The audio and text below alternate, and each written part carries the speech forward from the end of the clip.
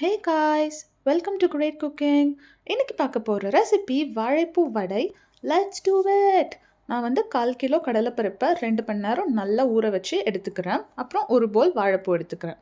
ஊற வச்ச கடலைப்பருப்பில் எல்லா தண்ணியும் நல்லா ட்ரெயின் பண்ணிவிட்டு அதை ஒரு மிக்சியில் ட்ரான்ஸ்ஃபர் பண்ணிக்கிறேன். ஒரு கை அளவுக்கு கடலைப்பருப்பை நான் தனியாக எடுத்து வச்சுக்கிறேன். அதுக்கப்புறம் அது கூடவே நான் நம்ம வச்சுருந்த வாழைப்பூ, ஒரு போல் வாழைப்பூ அதில் சேர்த்துக்கிறேன்.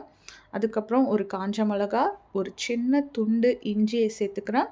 அதுக்கப்புறம் 2 பச்சை மிளகா ஆட் பண்ணிக்கிறேன். அப்புறம் ஒரு கொத்து கருவேப்பிலை, அதுக்கப்புறம் ஒரு 4 to 5 பல் பூண்டு சேர்த்துக்கிறேன். ஒரு டேபிள் ஸ்பூன் அளவுக்கு சோம்பு சேர்த்துக்கிறேன். இதை நல்லா மிக்சியில் கொர கொரன்னு அரைச்சி எடுத்துக்கோங்க. அதுக்கப்புறமா இதை ஒரு பவுலில் ட்ரான்ஸ்ஃபர் பண்ணிட்டு திருப்பியும் ஒரு கொத்து கருவேப்பிலை, அதுக்கப்புறம் கொஞ்சோண்டு தேவையான அளவுக்கு கொத்தமல்லி இலை, 2 மீடியம் சைஸ் பொடிசாக நறுக்குன வெங்காயம், இது கூடவே இதுக்கு தேவையான அளவுக்கு நீங்கள் உப்பு போட்டுட்டு நம்ம ஆல்ரெடி தனியாக கொஞ்சம் கையில் எடுத்து வச்சுருந்தோம் இல்லையா அந்த கடலைப்பருப்பு, அதையும் இதில் சேர்த்துக்கோங்க. சேர்த்துட்டு நல்லா எல்லாத்தையும் மிக்ஸ் பண்ணி வடை மாதிரி நல்லா தட்டி வச்சுக்கோங்க.